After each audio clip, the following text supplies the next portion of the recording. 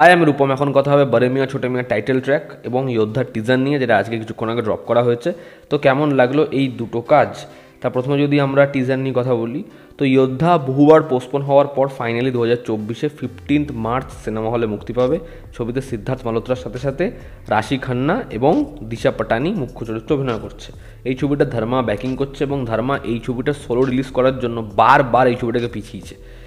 তো কেমন হলো এই টিজারটা? আমার একদম অনেস্ট রিয়াকশান, এই টিজারটা আমার ভালোই লেগেছে। তবে এই টিজারটা দেখে আমি ভীষণ এক্সাইটেড, ছিটকে যাওয়া টিজার ওরকম কিছু আমার মনে হয়নি।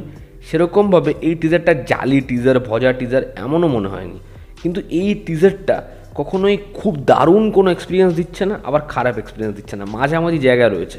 এটা আমি বলছি তার কারণ, এই বহু ছবির অ্যানাউন্সমেন্ট টিজার আমরা তো 1 মিনিট বা 1.5 মিনিটের দেখি। এখানে একটা এমন পোর্শন আসে যখন টিজারটা এই লেভেল থেকে এরকম জায়গায় উঠে যায়, একটা এমন ডায়ালগ বা এমন একটা ব্যাকগ্রাউন্ড স্কোর বা এমন একটা হাই অন সিন যেটা হেভি ইমপ্রেসিভ, হেভি ইম্প্যাক্ট তৈরি করতে পারে।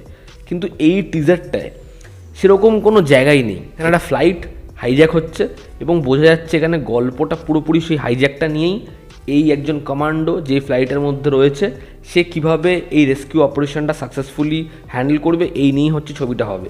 এবং তার আগে বা পিছিয়ে সামান্য কিছু গল্পের পোর্শন থাকতে পারে, এই ক্যারেক্টারটার ব্যাক স্টোরি, সে কীরকম একজন কমান্ডো, তার কর্তৃত্ব কী, এটা একটা এস্টাবলিশমেন্ট থাকতে পারে।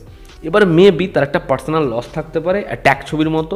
মেবি তার গার্লফ্রেন্ড বা ওয়াইফ দিশা পাটানি বা রাশি খান্নার মধ্যে যে কোনো একজন হবে, যে এই মিশনে কোনোভাবে জুড়ে থাকতে পারে বা প্রিভিয়াসলি কোনো একটা কানেকশান থাকতে পারে, তারা মারা যেতে পারে। আমরা একটা ছোট্ট পোর্শন দেখি যখন একটা ফ্লাইটের পিছনে সিদ্ধার্থ মালহোত্রা ছুটে যাচ্ছে, তো মেবি এই দুজনের মধ্যে কেউ একজন তার পার্সোনাল লস, যে কারণে এই মিশনটাকে সে আরও বেশি পার্সোনাল নিয়ে নেয়।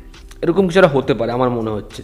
এবার এই টিজারে অ্যাকশন সিকোয়েন্স, সেগুলো দেখতে ভালো লাগছে, ছবির ভিজুয়ালস ভালো। মূলত ওই ফ্লাইটটা যখন এরকমভাবে টার্ন হয়ে যাচ্ছে, ওই সিকোয়েন্সটা খুব ভালো, অ্যাকশন সিকোয়েন্সগুলো দেখতে ভালো লাগছে। এবং সিদ্ধার্থকে যেহেতু খুব স্টাইলিশ লাগছে, খুব ভালো লাগছে, ফলে প্রত্যেকটা সিকোয়েন্সই দেখে ভালোই লাগছে। কিন্তু বিষয়টা হচ্ছে, তুমি গোটা টিজারটা দেখো, টিজারটার মধ্যে অ্যাকশন সিকোয়েন্সগুলো যেন ভীষণ ফাস্ট।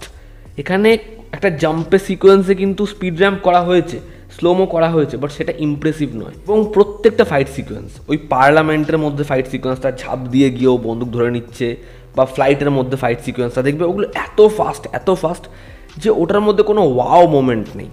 ঠিক আছে, আমার মনে হয় যখনই এরকমভাবে ফাস্ট মুভ অ্যাকশন সিকোয়েন্স দেখানো হয়, সেটা না বিটে বিটে কাটা উচিত, যেগুলো হলিউডের ছবিতে হয় বা আমাদের এখানেও যখন হয়। একটা লিও তুমি সেই ছবিতে দেখো যে কীরকমভাবে ট্রিট করে লোকেশ কানাগরাজ, প্রত্যেকটা বিটে বিটে যেন শটগুলো পড়ছে, কিন্তু এখানে ওটা হয় না। এবং ব্যাকগ্রাউন্ড স্কোরটা এমন নয় যে সেটা ব্যাপক লাগছে। তবে সিদ্ধার্থ মালহোত্রাকে ভালো লাগছে, এর লুক অ্যান্ড ফিল ভালো, এর ভিএফএক্সের কাজ ভালো হয়েছে বোঝা যাচ্ছে।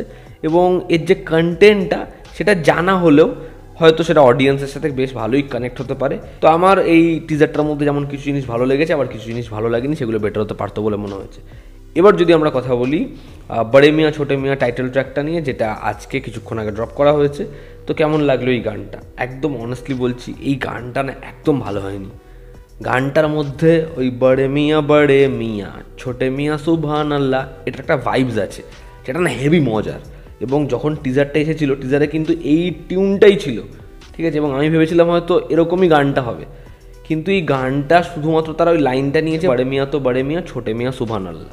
এবং সেটার যেরকম মিউজিক, যেরকম লিরিক্স, যেরকম গানটা গেয়েছে, সেটা একদমই জমেনি। ওই মজাটাই আনতে পারেনি এই গানটার মধ্যে, যে কারণে এই গানটা খুবই একটা ফ্যাটে গান হয়েছে, যেটা ভালো লাগছে না শুনতে, কোনোভাবেই ভালো লাগছে না। কি ভালো লাগছে সেটা হচ্ছে এর ভিজুয়ালসগুলো ভালো, তারা পয়সা খরচা করে শ্যুট করেছে বিভিন্ন লোকেশানে, এবং শেষের যে লেজারের পোর্শনটা খুব ভালো লাগে। দ্বিতীয় হচ্ছে ঋত্বিক রোশন, সে টাইগারের থেকেও বেটার ডান্সার। টাইগার ঋত্বিককে ম্যাচ করছে একটা গানের, দুজনের কোরিওগ্রাফি হচ্ছে, মানা যায়। কিন্তু অক্ষয় কুমার, যার বয়স এত হয়ে গেছে, সে টাইগারের সাথে এরকমভাবে স্টেপ করছে, সেটা দেখে ভালো লাগছে যে অক্ষয় এবং টাইগারকে দুজনের কেমিস্ট্রি ভালো লাগছে, এই যে ব্রোম্যান্স এটা বেশ ওয়ার্ক করছে। এবং যখন ওই জায়গাটা বলছে তেরে পিছে তেরা ইয়ার খাড়া হে বলে কাঁধে হাতটা রাখছে, ওই কিছু কিছু পোর্শন আছে যেগুলো ভালো লাগছে। এবং অক্ষয়েরই তু চিজ বাড়িয়ে মাস্ত মাস্তের যে এই স্টেপটা আছে এটা এখানে ইনকর্পোরেট করা হয়েছে, তো এই ছোটো ছোটো বিষয়গুলো করা হয়েছে। তো অক্ষয় এবং টাইগার দুজনের জুটি এখানে ডান্স মুভ সেটা যেরকমভাবে তারা করছে সেটা ভালো, লোকেশন ভালো, বাট আসল তো হচ্ছে গান। এই গানটা আমার জন্য একদম ওয়ার্ক করেনি, গানটা একদম জমেনি, গানটা ভালো লাগছে না।